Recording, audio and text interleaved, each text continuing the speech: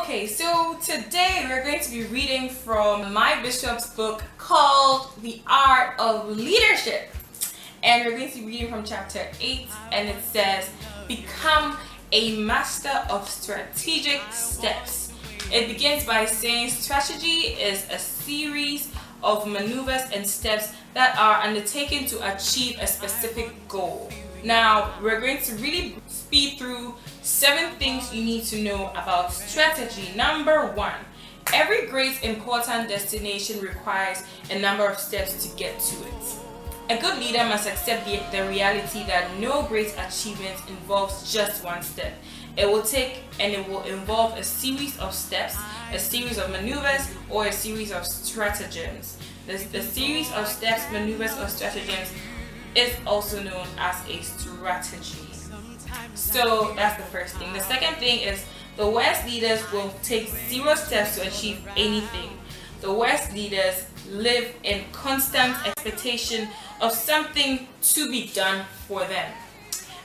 Just reading this point reminds me of King Ahab. He wanted to buy Naboth's vineyard, or however you say it.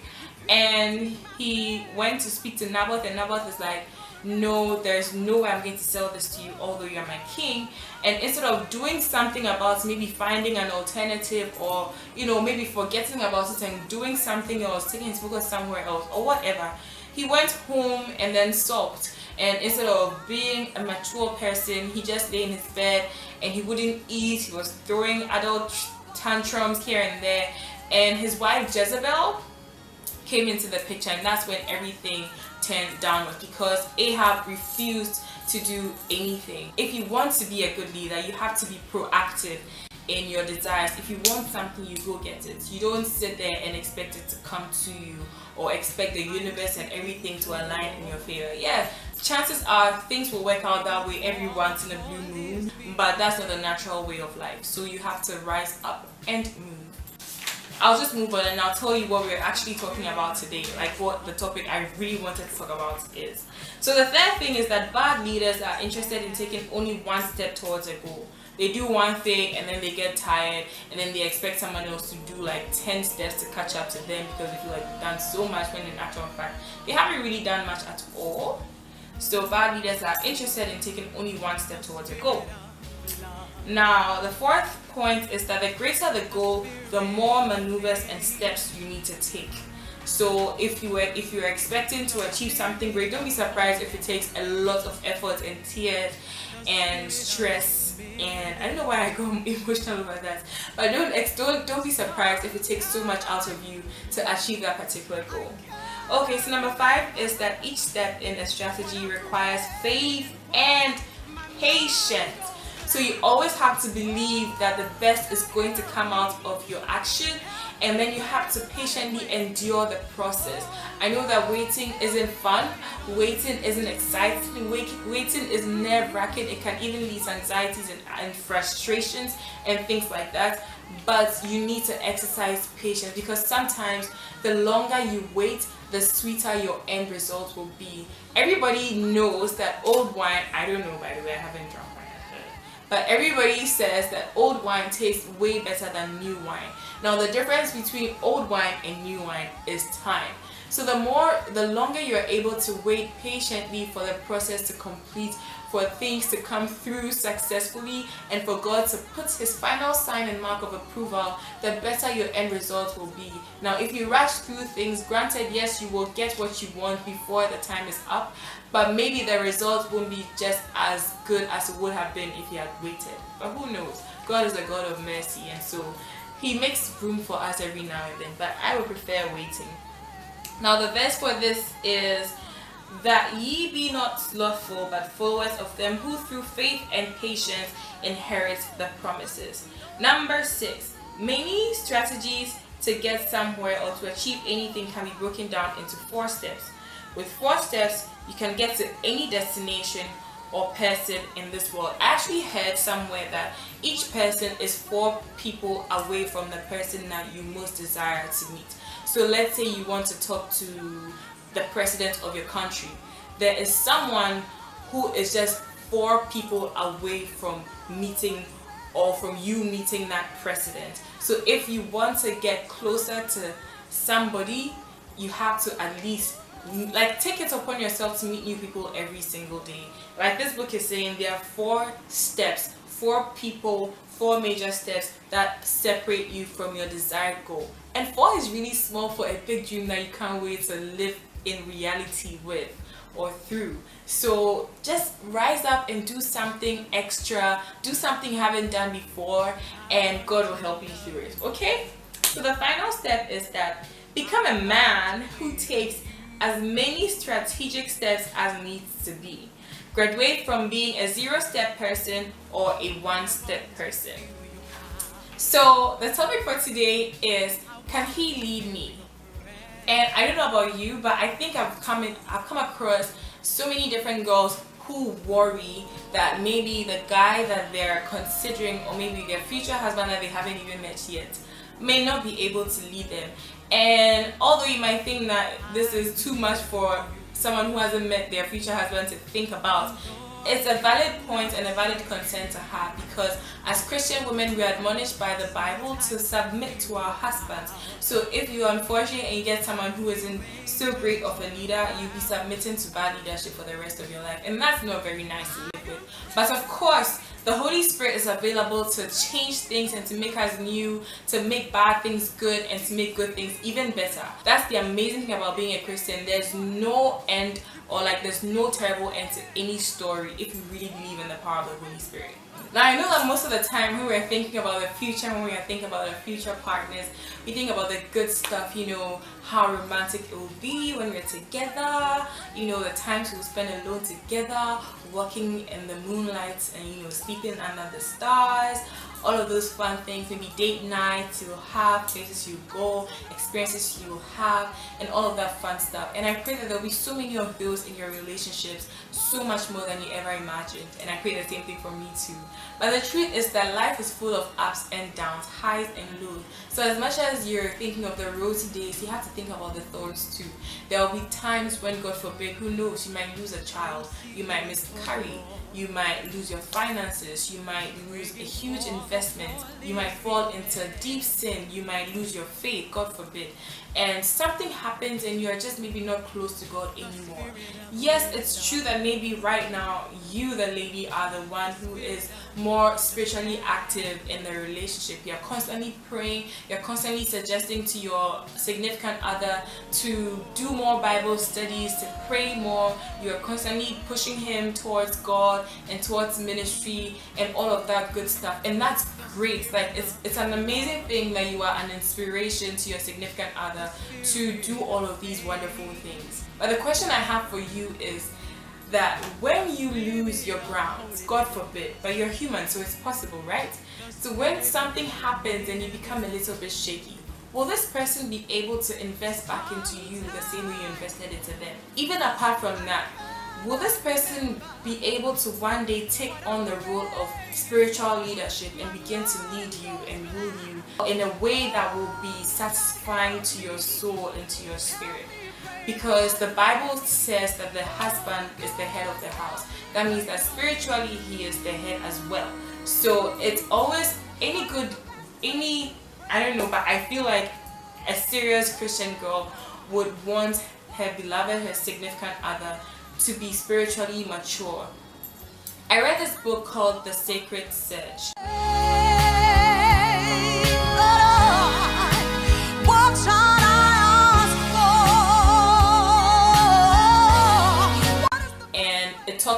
It actually gave examples, or it talked about how married women were more confident and secure in their marriages when their husbands were more prayerful and were actually growing in the word. They became more concerned when they weren't as engaged spiritually.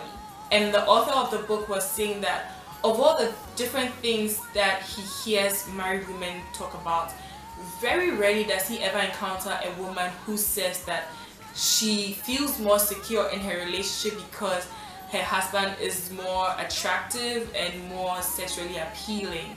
So although when we're young, these are the things that we hope for, and these are the things that drive our decisions, in the future when we do get married, all of those things die down a little bit, especially for the girls.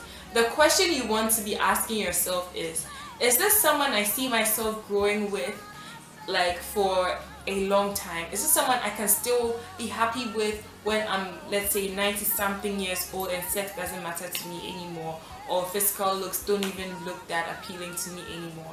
Is this someone who is strong enough to take us through the good times and the bad times as a family? Is this a person who is able to have a certain overarching theme or overarching philosophy that would guide us through the hard times? Because I'm telling you, sometimes all you need in a difficult situation is someone to give you a good narrative to hold on to make you see the light at the end of the tunnel, even if it's not necessarily the case. Something to hold on to get you through the season.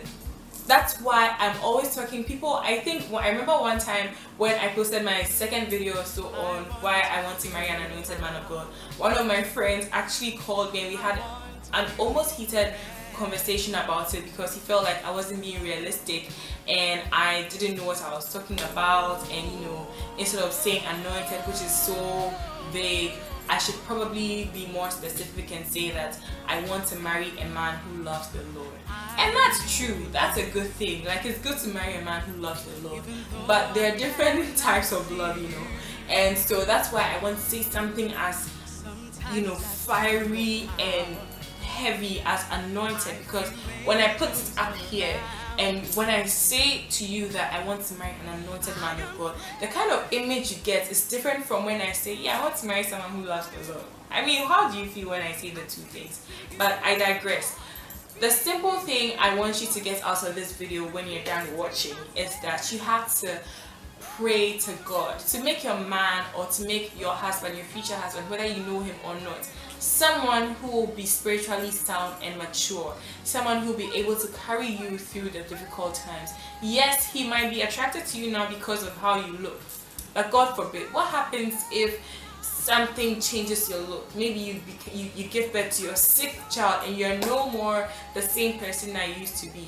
Would he be still as interested in you? So if you have some values that you both respect and hold on to tightly, such as spirituality and maturity in God and always working deeply in God, I feel like we will be able to build more lasting relationships that way. One way to test for this, or I'll give you two ways. The first way I'll say is, if someone is able to pray comfortably in front of you, it shows the kind of relationship they have with God. Obviously, I can't comfortably talk to a stranger and talk about deep things in front of another person as if we knew each other, because it would be really awkward.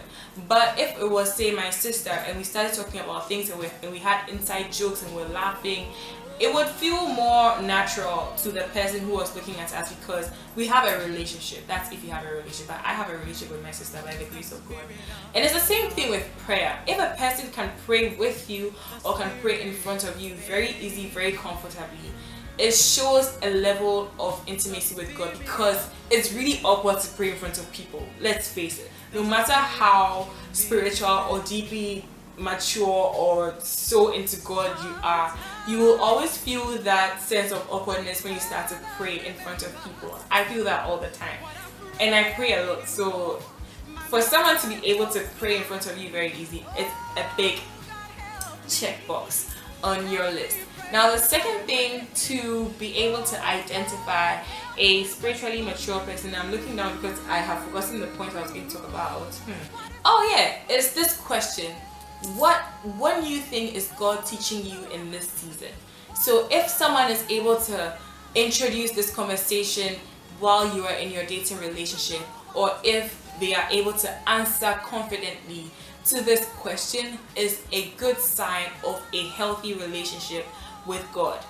For instance, I just told you that I've been learning about the Esther anointing and the Esther season, and it wasn't something I thought of as like something mystical or whatever because I wanted to impress somebody. It's something that comes naturally to me because I like to read God's word, and I feel like if I don't hear from God, my life is going to be horrible, because I know what that's like, and it freaks me out to not hear from God. And I would literally die if God moved away from me. I kid you not. Like, It scares me saying that right now. So if someone is able to tell you what God is teaching them in a particular season, it's a good sign of a healthy Christian. So those are just two things I'm going to leave you with in order for you to identify a good Christian leader husband. And why is this important? Remember, the people of Israel were either away from God or drawn closer to him depending on the kind of leader that they had. Under David's leadership, they were one with God. God was very happy with the people of Israel. Under Solomon's leadership, yeah, in the beginning he was great, although in the end he kind of messed up a little bit, and then it got worse after that. So the kind of leader you have will either draw you closer to God or draw you away from him. So if you are very strong and you are very passionate about being with God, bringing into your life someone who isn't as passionate about God as you will cause you a lot of frustration. Although the Bible tells us in, I think, 2nd or 1st Peter, that by your actions you are able to win them over. You know, if you are married to an unbeliever, I wouldn't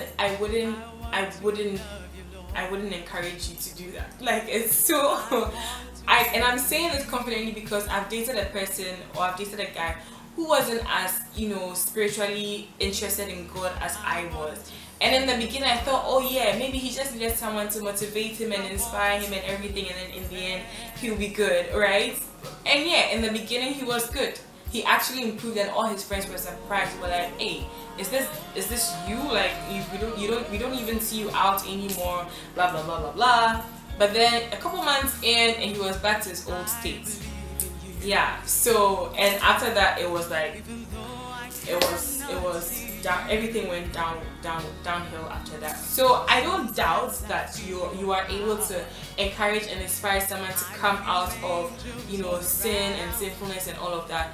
But I would suggest that you stay, or you keep yourself emotionally distant till you're sure that this person is fully immersed and they have a real relationship with Jesus, even more than you do, because he is going to lead you.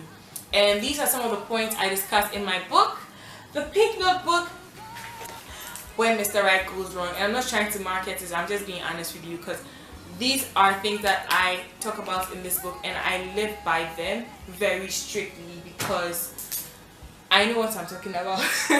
I've done a lot of research, I've seen people, I've spoken to people, I've had pastors read this book and they are like, yes, this is very true. Yeah, I have that validation, and I think you should follow it too. So that's that for today. I'm so excited to have you guys over here looking at me like this. Oh my god. You'll be surprised if this video is like 1,000 minutes long. Oh my gosh. Oh my god. Because hey, it's been a long time. And I'm going to get off your screen. And I hope you guys miss me, because I miss you guys so much all the time. And I hope to see you on the next video. Thanks for watching. Bye. Thanks so much for stopping by to view this